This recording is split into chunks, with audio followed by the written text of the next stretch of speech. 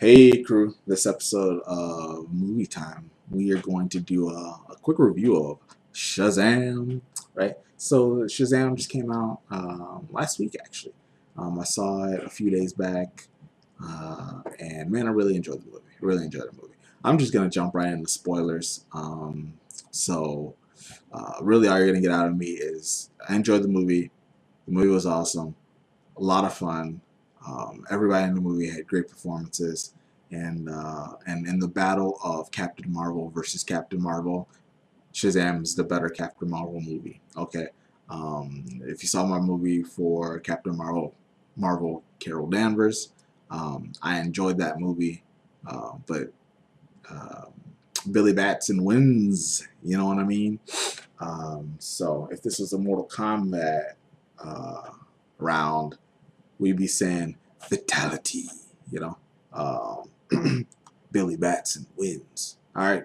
So, anyways, we're going straight into spoiler territories because lightning with my hands, lightning with my hands, lightning with my hands. Oh man, that's been stuck in my head for like days now.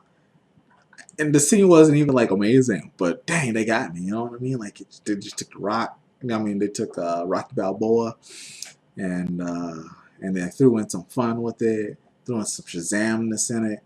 Oh man, it was fun. This is a fun movie. Watching the movie, all I was thinking was like, man, this is how I felt when I watched Guardians 1. You know, this is how I felt when I saw the first Ant-Man movie. That this movie has that special sauce. You know what I mean? Not the the jokes aren't too jokey. They're not trying too hard. Like it hits at the right moments. There's the right number, of levity when the jokes come in. It's believable. It isn't just a joke to be a joke. You know, a lot of Marvel movies have been coming jokey just to be jokey, and it's like, come on, man. Like the joke didn't even need to be there. You know, this movie did not have any of that. Like the jokes were on point. Um, and the flow of the movie. Not a lot of people, I've heard been saying, well, the tone of the movie really shifts really hard. I think the tone of the movie is great because, uh, we're talking about a movie that's following a foster kid, and so when you're looking at the fact that the kid doesn't have his parents, right? He's going foster home to foster home. He's in the system. He only wants to find his mom. Um, that's not happy-go-lucky. You know what I mean? That's down. That's down in the dumps type of crap. You know, but as they say, uh, the best deflector is to then joke. Make light of the situation. So I think the movie does a really good job of balancing the fact that like, hey, the life is dark, but you got to find the positive. You got to make light of it. You got to make fun of it. You got to be willing to laugh and have some comedy in life. So many different scenes in this movie are so enjoyable.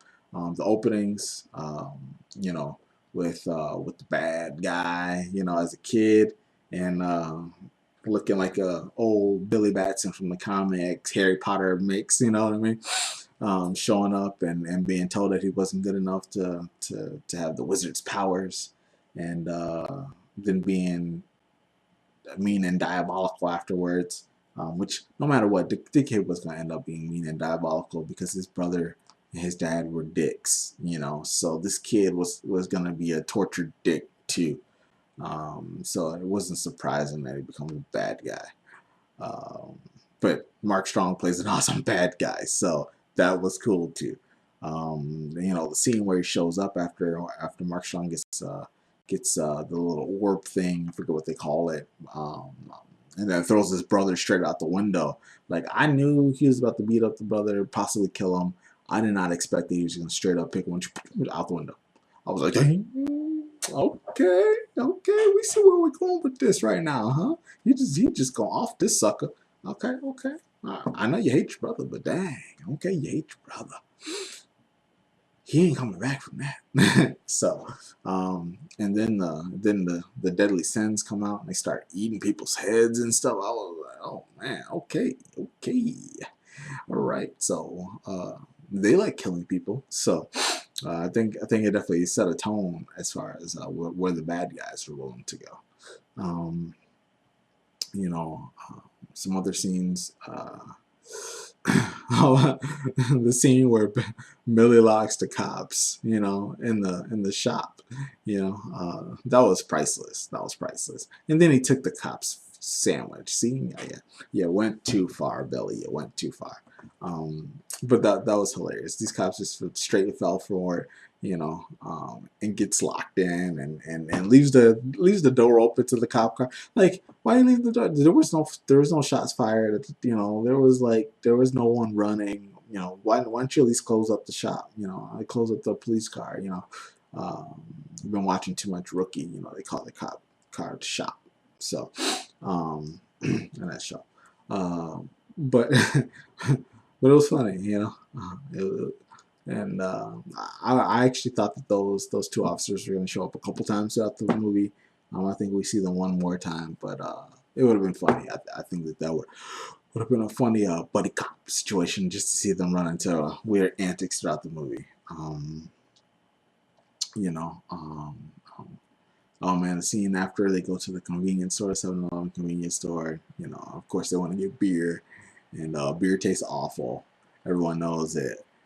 So it's funny to see after once and after they spit it out. I was like, yeah, I see beer's awful, dude.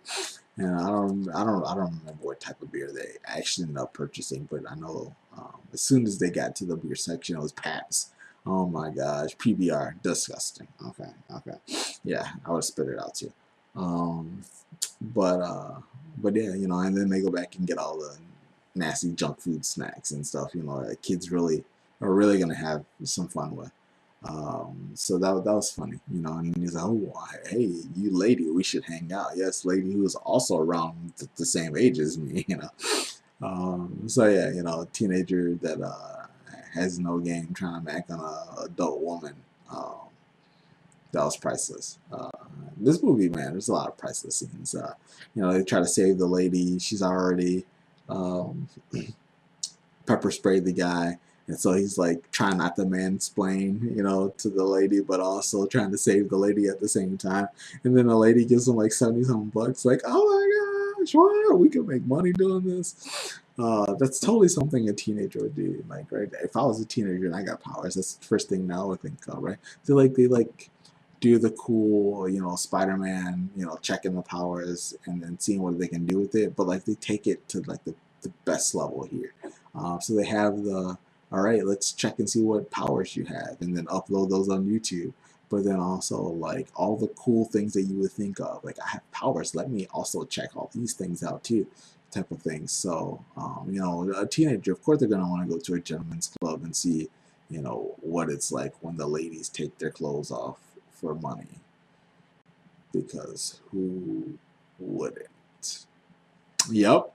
So I think that was appropriate for what young high school boys would want to do, um, especially with the ability to get in as an adult. Um, yeah, there's so much about this movie that there is to like. Um, there wasn't much that I didn't like about the movie. That's the crazy thing about it. I think that you know the a little bit more explanation for people who are not familiar with Shazam um, probably would have been good. I think DC needs to figure something out with this name thing, because uh, according to the movie, every time he says Shazam, he's going to turn. Um, so obviously he can't say Shazam. So and without being able to use the name Captain Marvel anymore, something needs to be figured out there. Or I guess every movie they could just come up with hey, we're still trying to figure out the best superhero name, Captain Sparkle fingers, and or Thunder Butt or whatever it was, the Thunderclap or something. Totally sound like a butt joke. But yeah. Um, Yeah, yeah, and man, it's just a fun movie. Oh my gosh, the little kid Darla totally stole it. She steals the show when she's on the screen. I was a good sister. Yeah, you're a good sister. You can't keep a secret though. She's like, I'm so glad you guys figured it out. It was so hard to keep that secret. Oh man, that was awesome. That was awesome. So yeah, Darla, and we see Mary, traditionally is Mary Marvel from the comic books, and and and so yeah, we're excited to see that she's there. Obviously, Freddy is the foster brother, traditionally Captain Marvel Jr. from the comic books. So this movie, man, just pulls out all the stop when it comes to like, hey, this is a comic book movie based on a comic. All right, we're gonna pull in all the dumb junk that happens in comics too. Here it is, you know what I mean? Mr. Mind is in there, Mastermind or whatever, shows up, and obviously the Wizard is there. Shazam Wizard is there. Like we see Black Adam, in one of the hologram flashback type stories. Like I said, I definitely think that there's a lot of intricate comic book stuff that happens in that movie that like non Shazam fans, which there's a lot of comic book fans who are not really up on Shazam lore. I know I'm not super versed in much of Shazam lore. Followed a little bit, but hey, Shazam's not as cool as Superman. So, but yeah, there's so much additional comic book background that happens in that movie that it's easy to obviously not notice it and get lost. But I think that the movie could have just led you down there a little bit more. Um, and then like I said, my biggest complaint is probably how they're gonna handle the name. So that's gonna be an interesting one. Um, you know, I hope that we do get a Black Adam movie. I know The Rock said that they plan on filming that next year, so maybe 2021 we'll have a Black Adam film, which would be awesome. Um, and yeah, oh my gosh, the scene with the mom, when he shows up, and I was like, yeah, dude, she didn't want you. She was in like some abusive relationship, also wanted to get rid of you.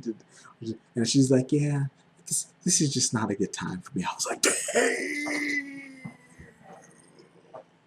I'm a cold blooded. She like, I saw you, and I was like, I'm just gonna disappear. And then you show up, oh, this is not a good time for me. Oh, snap, son. Sorry, buddy. But yeah, go back to the foster family because they're way better for you, right? Like, she ain't right for you, dog. She ain't right for you.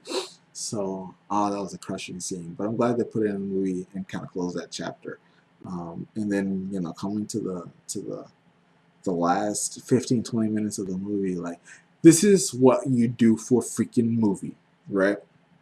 Don't spoil it all in the darn trailers, you know what I mean? Like, Marvel family shows, Shazam family shows up. Superpowers, suit, everything and all at the end of the movie.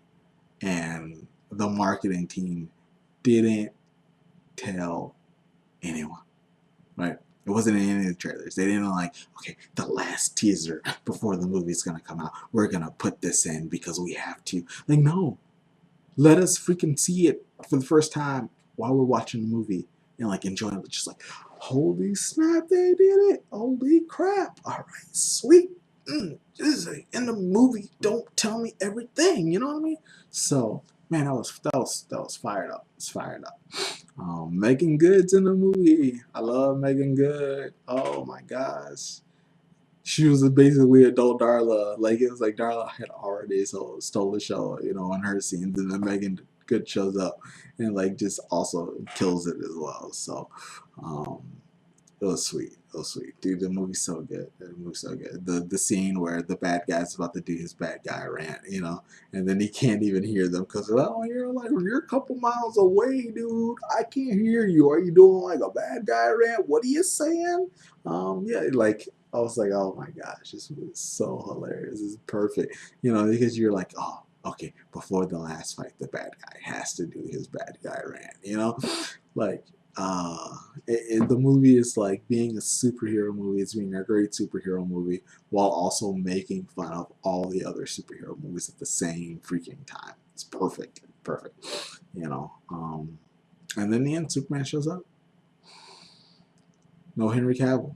So I think they said Henry Cavill was busy when the schedules come along, which is why he physically couldn't be there. But it was still his suit. So and I think officially Henry Cavill's still in as at the role. So dude, just give us more Superman. You know, I mean, like I want another Man of Steel. So, but yeah, Shazam and the battle of the Captain Marvels. You know, it's cool, man. We get a Captain Marvel movie from Carol Danvers, Marvel. You know, and then we get Shazam, Captain Marvel movie, all within weeks of one another. But yeah, Shazam, fantastic movie, fantastic movie. Um, you know, after Aquaman, DC hit it. I think they definitely hit it even, you know, the same, if not better, with this one. You know, I'm not sure which one of the two I like more. You know, they're pretty equal footing. So I definitely recommend it. Definitely recommend it. You have the opportunity, you know, to get Shazam, definitely. So personally, you know, I enjoyed it in theater, and I do plan on purchasing it afterwards, you know, for home video release, for ownership. So that's my endorsement of the movie. So yeah. Hey, if you like the video, hit the like button. If you didn't like the video, hit the other button. Subscribe to the channel, and I'll see you in the next one.